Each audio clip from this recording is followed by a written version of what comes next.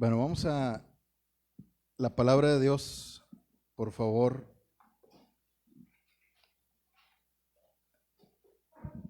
Vamos ahí a Filipenses.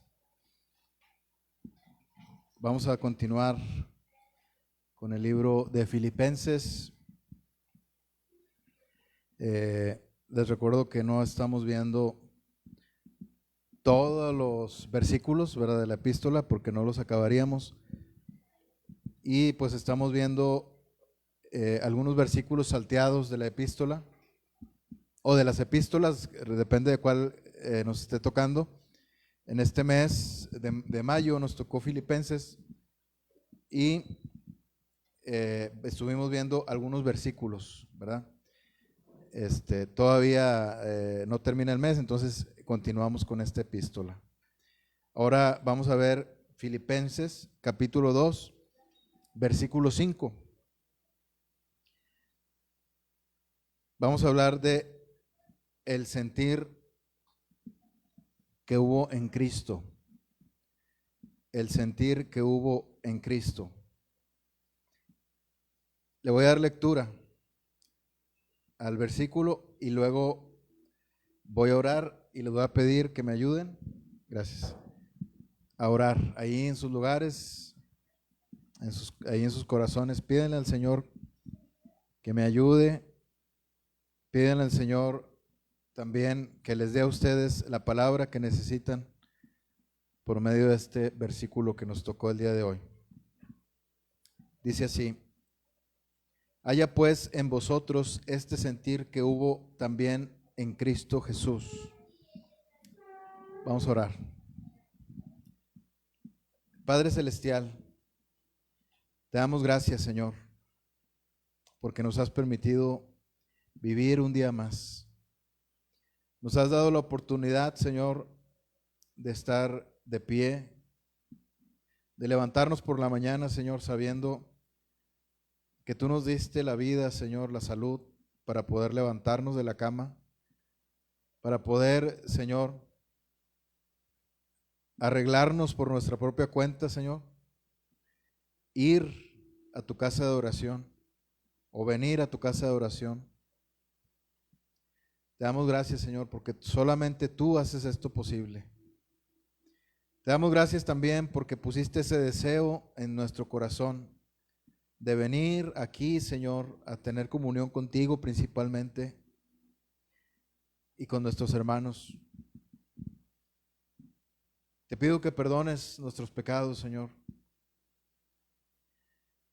que son muchos delante de ti, Señor, pero también son nuevas tus misericordias cada mañana. Y el día de hoy, tus misericordias, así como el sol, volvieron a salir. Las volvimos a ver, Señor. Y en este momento estamos experimentando también una nueva misericordia de poder estar en este lugar en comunión contigo y con nuestros hermanos y escuchando tu palabra. Te pido que nos ayudes, Señor. Guíame con tu Santo Espíritu. Abre tu boca, Señor, y enseña a tu pueblo tus enseñanzas, tus dichos, tus leyes. Ayúdanos, bendito Dios. Ayúdanos. Habla a cada uno conforme a la necesidad de cada quien. Gracias, Señor. Sé que nos vas a ayudar. Gracias, bendito Dios. Te glorificamos. En el nombre del Señor Jesucristo. Amén.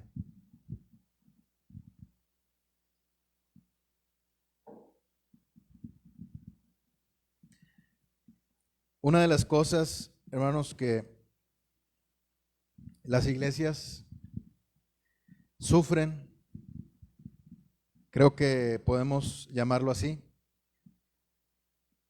es las competencias, los celos amargos, las raíces de amargura. Por eso hay divisiones, por eso hay rupturas. Ya vimos en el libro de los Corintios, por ejemplo, las divisiones que había. el apóstol Pablo le decía a este pueblo de Corinto, este pueblo de Dios ahí en Corinto, que él no podía darles una vianda, no podía darles un alimento sólido, porque todavía eran como niños, inmaduros. Todavía había en ellos celos amargos, contiendas, vanaglorias. Y en el caso de los filipenses, hermanos, aunque era una buena iglesia, a diferencia de los Gálatas o los Corintios, podemos ver que también padecían este problema. Y el apóstol Pablo le preocupaba que se cumpliera la voluntad del Señor Jesucristo de cuando Él se fue y que les dejó dicho a sus discípulos que se amaran los unos a los otros, que se cuidaran, así como Él los había cuidado a ellos. Si nosotros nos fuéramos de este mundo, obviamente sabríamos que iríamos con el Señor. Pero si nos fuéramos de este mundo, hermanos, lo primero que nos preocuparía son las personas que están a nuestro cargo, nuestros hijos, nuestros nietos. Y creo que lo que haríamos es orar por ellos y dejarles instrucciones. No se peleen, cuídense, compártanse las cosas, ayúdense mutuamente. Si tienen algo entre ustedes, al menos por mi memoria, resuélvanlo. No tengan pleitos legales, no se codicien unos a otros. Les dejaríamos instrucciones y les diríamos, y aún si no es por nuestra memoria, háganlo por el Señor, si son hijos creyentes. ¿Por qué? Porque nos preocuparía el bienestar de ellos, porque nosotros ya no vamos a estar. El Señor Jesucristo le preocupaba eso, por eso les dijo, ámense unos a otros como yo los he amado. Ustedes se van a quedar aquí, yo me voy a ir. Sin embargo, no se van a quedar solos, yo les voy a enviar un consolador, dice ahí en Juan capítulo 17. Les voy a enviar un consolador, otro consolador, dice, otro como yo, igual, el Espíritu Santo.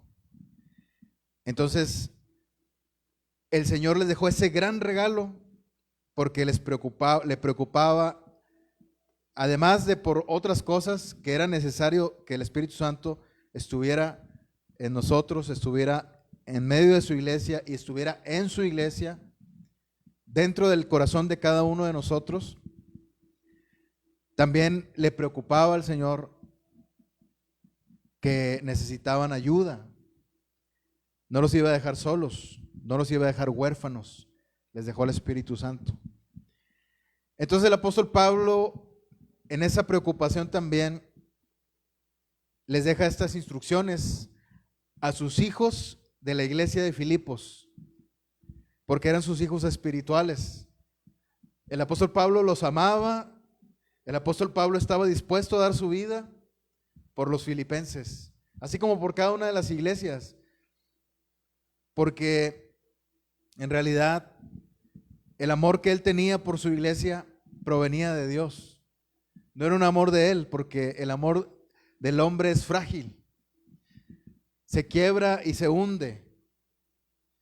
Es como si fuera un vaso frágil que se quiebra y que cae en el mar y se hunde y nadie lo ve más.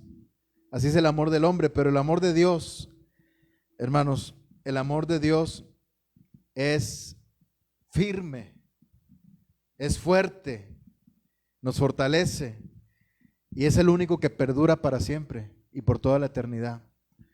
Y por eso el apóstol Pablo tenía ese amor en su corazón.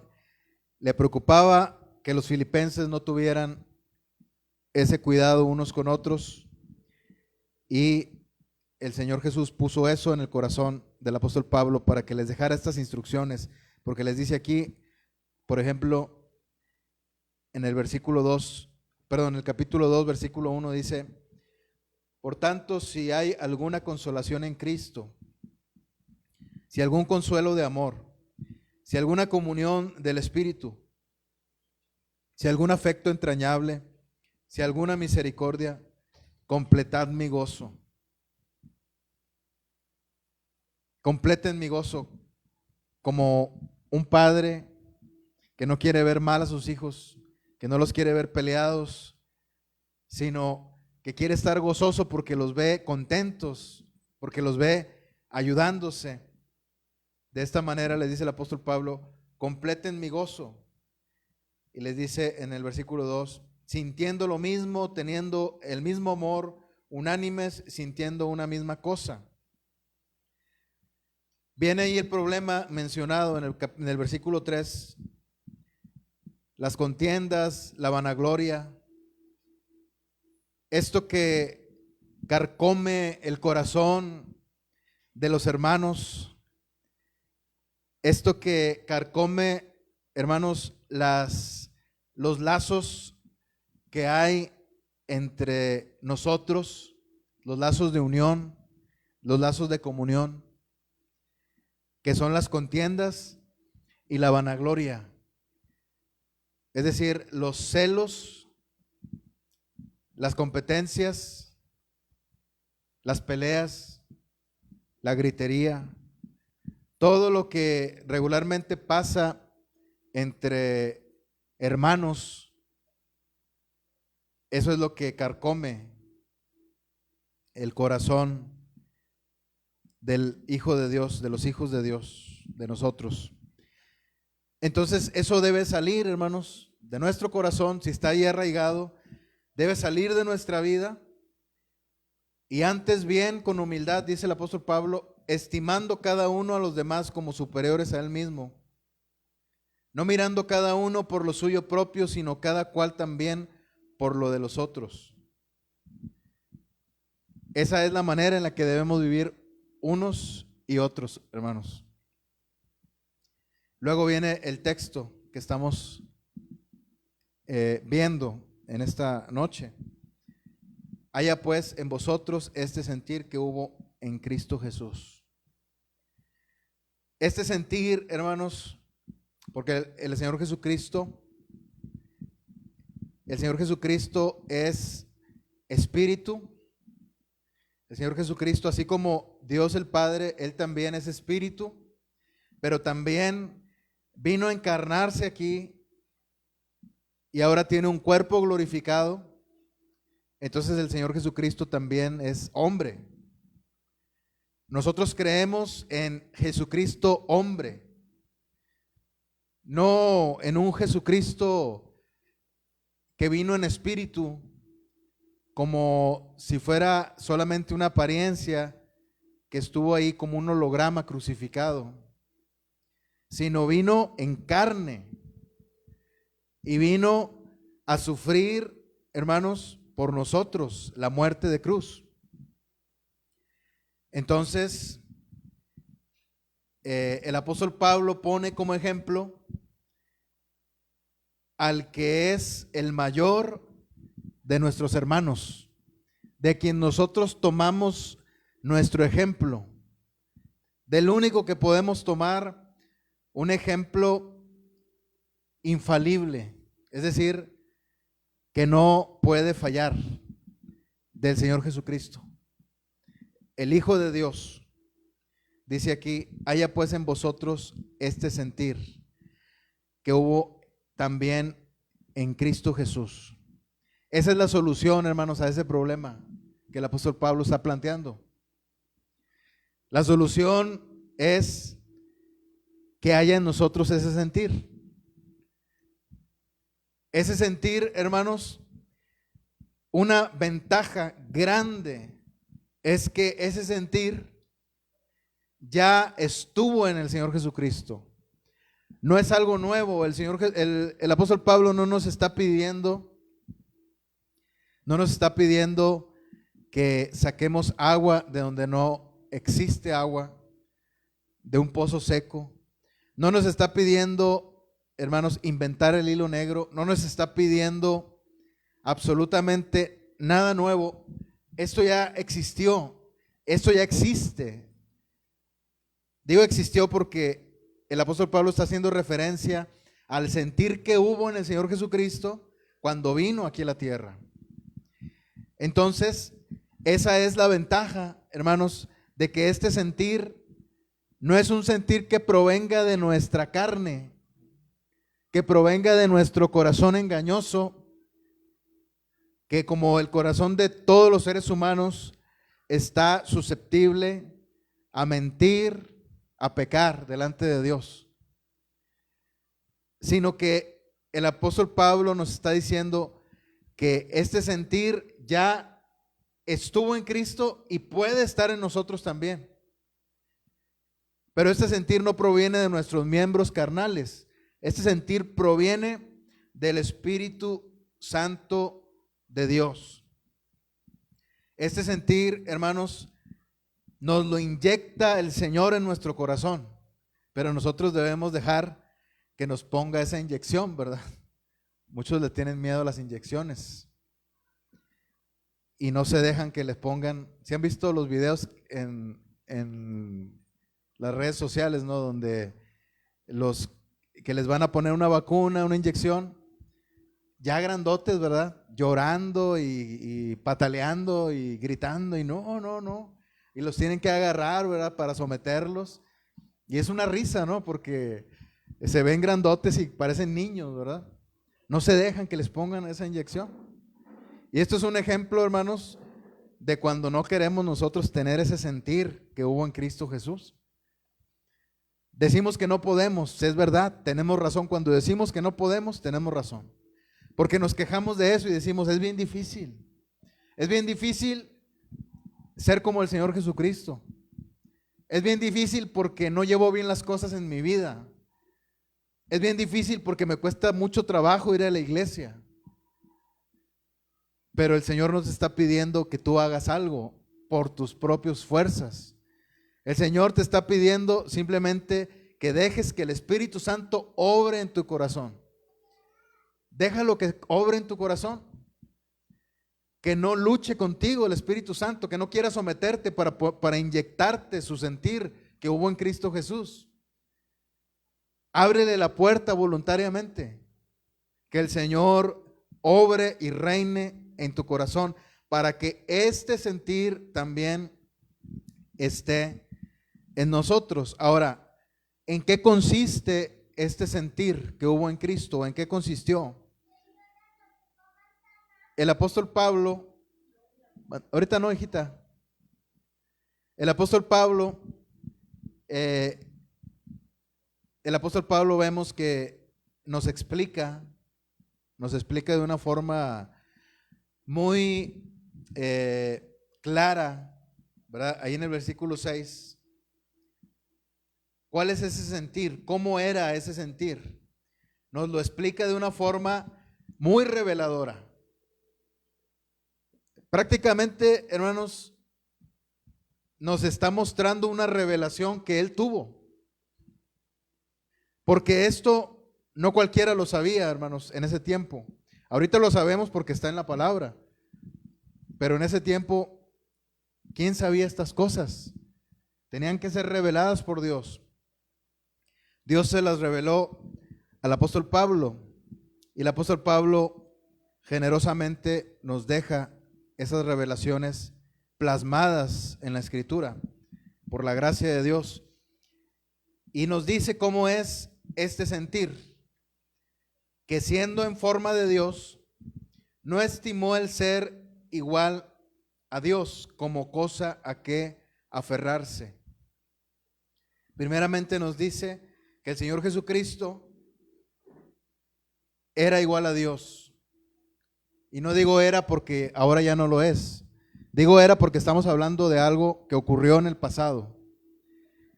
El Señor Jesucristo siempre ha sido igual a Dios.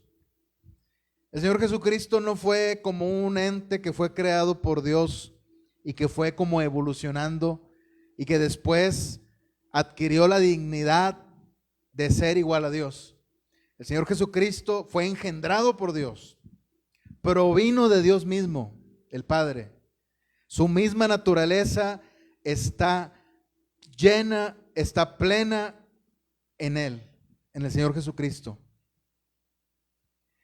Desde la eternidad y hasta la eternidad, el Señor Jesucristo siempre ha sido igual a Dios. Pero aquí vemos, hermanos, dice, siendo en forma de Dios, no estimó el ser igual a Dios. ¿Por qué dice forma de Dios? Porque esta palabra, hermanos, significa que tenía absolutamente la misma naturaleza.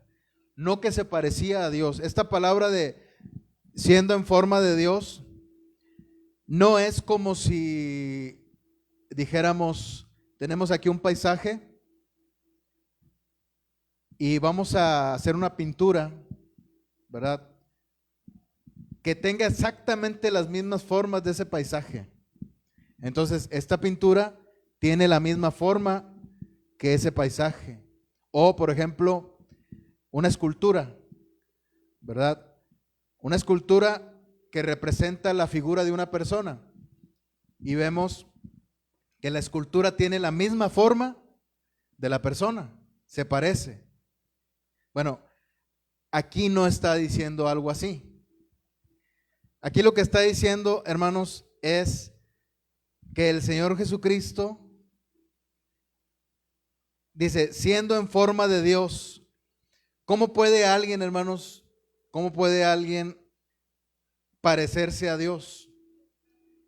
Como usurpando o imitando la forma de Dios. Eso no se puede.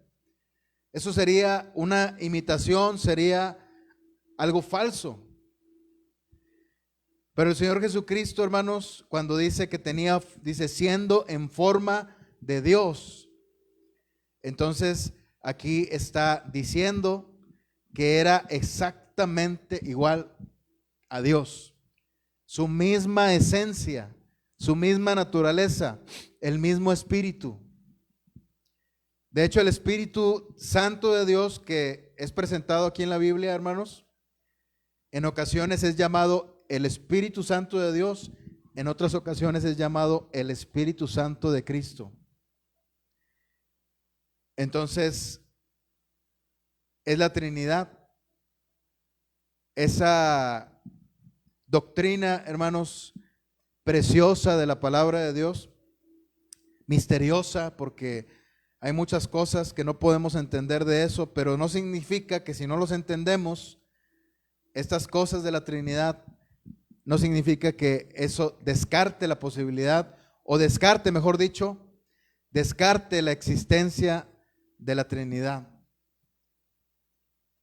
No podemos rebajar a Dios a nuestros pensamientos. Dios no tiene nada que ver con nuestros pensamientos. Entonces, Él es más alto, hermanos, que los cielos, y nuestros pensamientos están al ras del suelo. Hay mucha diferencia, es lo que dice el libro, el profeta Isaías. Lo dice Dios a través del profeta Isaías. Mis pensamientos no son vuestros pensamientos.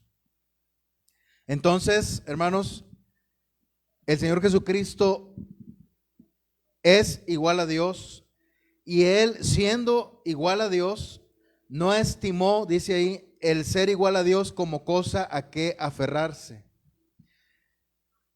El Señor Jesucristo estaba allá en su trono, disfrutando de la alabanza de los ángeles, disfrutando, hermanos, de la alabanza también de su pueblo, porque cuando la alabanza de su pueblo Israel iba dirigida a Dios, también iba dirigida a Él. Él no estimó, hermanos, el quedarse ahí en su trono como cosa que aferrarse, sino que Él prefirió obedecer a su Padre Celestial, prefirió salvarnos por amor, y prefirió, hermanos, humillarse, ser humilde, para poder llevar a cabo esa obra de salvación para nosotros. Vemos aquí, hermanos, que Él se despojó. Nosotros también debemos despojarnos. El apóstol Pablo, hermanos, cuando dice esto, lo dice con toda autoridad porque él ya lo había vivido. El apóstol Pablo, hermanos, era una persona muy importante en el pueblo de Israel. Era una persona que, como dicen algunos, era candidato a ser el sumo sacerdote en aquellos años. Pero él desechó todas estas cosas. Todos los títulos que tenía, hermanos. En cuanto a la ley, dice, en cuanto a celo, perseguidor de la iglesia, dice, en cuanto a la ley, fariseo, hebreo de hebreos. Todo lo que él era, hermanos, ante los ojos de los hombres, era algo muy importante. Y no estimó eso como cosa a que aferrarse, sino que él, hermanos, se puso en un nivel inferior, se humilló. Dice el versículo 3, nada hagáis por contienda o por vanagloria, antes bien con humildad, estimando cada uno a los demás como superiores a él mismo. Hermanos, si el Señor Jesucristo no se hubiera humillado, si el Señor Jesucristo no hubiera estimado a los demás como superiores a él mismo, si él no hubiera vivido esto, hermanos, nunca hubiera venido a salvarnos. Si el Señor Jesucristo, hermanos, no hubiera tenido esta humildad, entonces estaríamos perdidos. Pero el Señor Jesucristo tuvo esa humildad de estimar a nosotros, a cada uno, como superiores a él mismo. ¿Cuándo lo hizo? Cuando vino como un siervo aquí en la tierra. Cuando vino, dice aquí el versículo 7, sino que se despojó a sí mismo tomando forma de siervo, hecho semejante a los hombres. Él era un rey, hermanos, allá en el cielo, y vino y se encarnó y vino a ser como un siervo, como un esclavo. Y estando aquí en la tierra, hermanos, él se portó servicial, entregado al servicio, amó a sus discípulos, hermanos, ayudó, se entregó completamente. Tenía largas jornadas, hermanos, de servicio a su pueblo. Sanaba enfermos, liberaba endemoniados. Largas jornadas de trabajo para servir a su pueblo. Se humilló. Él pudo haber venido, hermanos, aquí y pudo él mismo haberse proclamado rey. Pero dice el Señor Jesucristo, le dijo a Poncio Pilato, yo para eso he nacido, pero mi reino no es de este mundo. O sea, el Señor Jesucristo no vino aquí a que lo instalaran como rey, aquí en la tierra. Él vino a servir, él vino a entregar su vida en rescate por muchos. Él vino incluso a mostrar su servicio lavando los pies de sus discípulos, haciendo una de las cosas más humillantes que puede haber, un servicio o uno de los servicios más humillantes que puede hacer una persona o que podía hacer una persona en aquel tiempo. Les lavó los pies a sus discípulos. Entonces el Señor Jesucristo vino y estimó a los demás como superiores a él mismo. ¿Cómo lo hizo también? Siendo, dice, hecho semejante a los hombres, y estando en la condición de hombre se humilló a sí mismo, haciéndose obediente hasta la muerte y muerte de cruz. ¿Cómo lo hizo, hermanos? ¿Cómo fue que hubo este sentir en Cristo? Que Él se hizo obediente, que Él fue crucificado. ¿Quiénes eran crucificados en ese tiempo, hermanos? Los peores delincuentes. Entonces, cuando Él dejó que lo crucificaran, que lo clavaran en una cruz, en una muerte vergonzosa, Él lo que estaba haciendo era humillándose. Estaba mostrándose como el peor de los pecadores, dejándose clavar en esa cruz y dejando a todos sus discípulos, incluso, hermanos, como incluso superiores a Él, porque ellos no estaban clavados en la cruz. Posteriormente los sacrificaron a los discípulos por causa de Cristo, pero eso fue más adelante. Pero en ese momento el Señor Jesucristo se humilló incluso por debajo del nivel del hombre. Pero también, hermanos, esto lo hizo con dignidad. No fue una humillación en la que el diablo lo pisoteara, en la que sus enemigos, los escribas, los fariseos, los ancianos de Israel, lo pisotearan, aunque se burlaban de él, aunque meneaban la cabeza, como dice ahí en la palabra, en los evangelios y en los salmos, y sarcásticamente le decían: bájate de esa cruz si eres el Hijo de Dios. Aunque ellos hacían circo, maroma y teatro, no pudieron, hermanos, pisotear al Señor Jesucristo. Aunque estaba clavado en la cruz, Él murió con dignidad. Él murió, hermanos, en la cruz, cumpliendo la obra de su Padre, una obra que ninguno de nosotros hubiera podido hacer. ¿Quién pudo haber hecho una obra así, hermanos? Qué bueno que Dios no escogió a ninguno de nosotros para hacer la obra de salvación del mundo, porque nadie hubiera podido llegar sin pecado a la cruz. Vamos a olvidarnos un poquito de que el hombre nace en pecado y de que hay naturaleza pecaminosa en el hombre, porque esto es lo que causa que el hombre peque. Hay perversidad en el corazón del hombre, pero cualquier persona que se hubiera propuesto, a partir de que Dios le encomendara la obra de salvación y le hubiera dicho: mira, al menos desde este año mantente sin pecado hasta que seas crucificado. Es más, te doy un día que te mantengas sin pecado y que seas crucificado para que puedas salvar a la humanidad.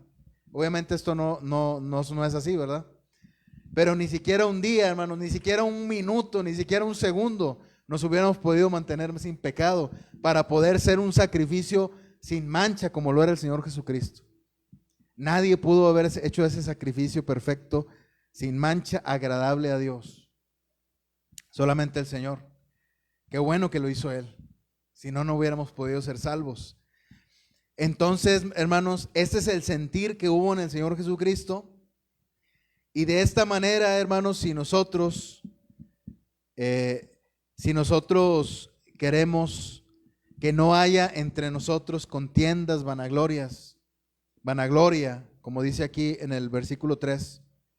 Si queremos que esto se acabe, esta plaga, hermanos, se acabe entre nosotros y que solamente haya armonía, como dice la palabra, cuán hermoso es habitar los hermanos juntos en armonía. A veces, desgraciadamente, a veces esta armonía a veces no existe entre los hermanos en Cristo, porque existen estas cosas: contienda, vanagloria.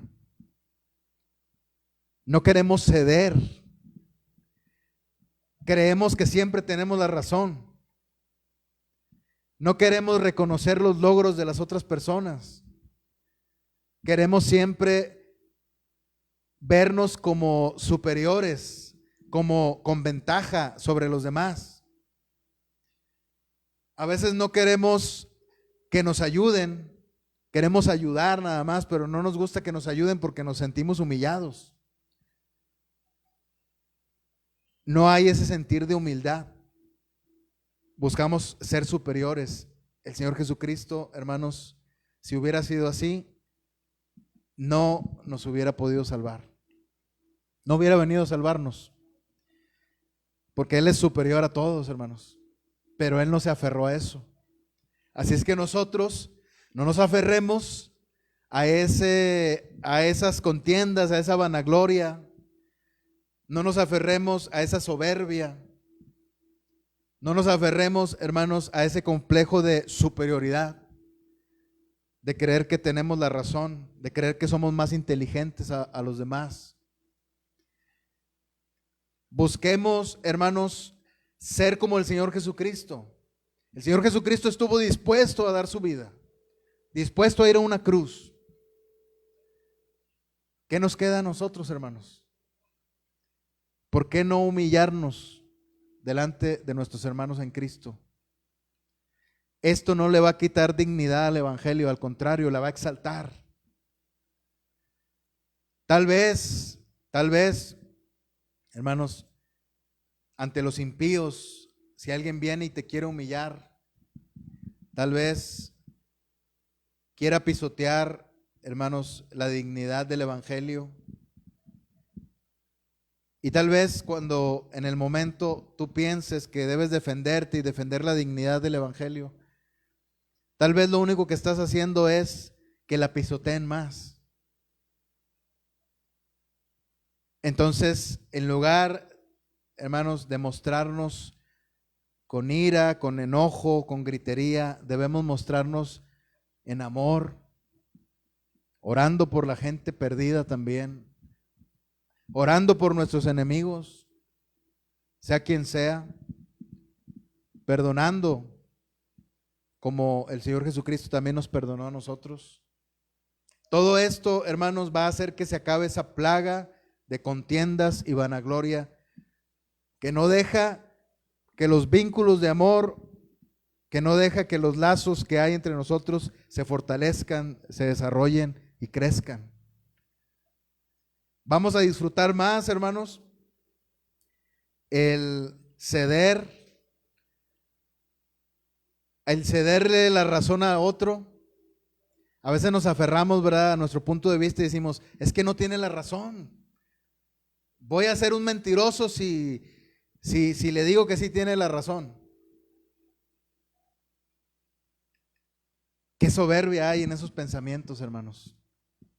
Qué soberbia hay en esos pensamientos, porque algo debe haber, hermanos, de razón, de verdad en lo que está diciendo nuestro hermano.